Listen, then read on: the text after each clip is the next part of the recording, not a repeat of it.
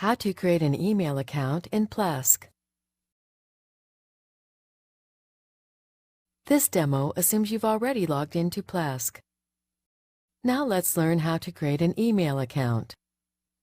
Click the Mail tab. Click the Create Email Address link. Enter the new email address you want to create. Then enter and confirm a password. If this email address is to have its own mailbox, then leave this option checked and indicate the amount of storage space you want to give the account. Set a limit for the maximum number of outgoing messages to allow per hour.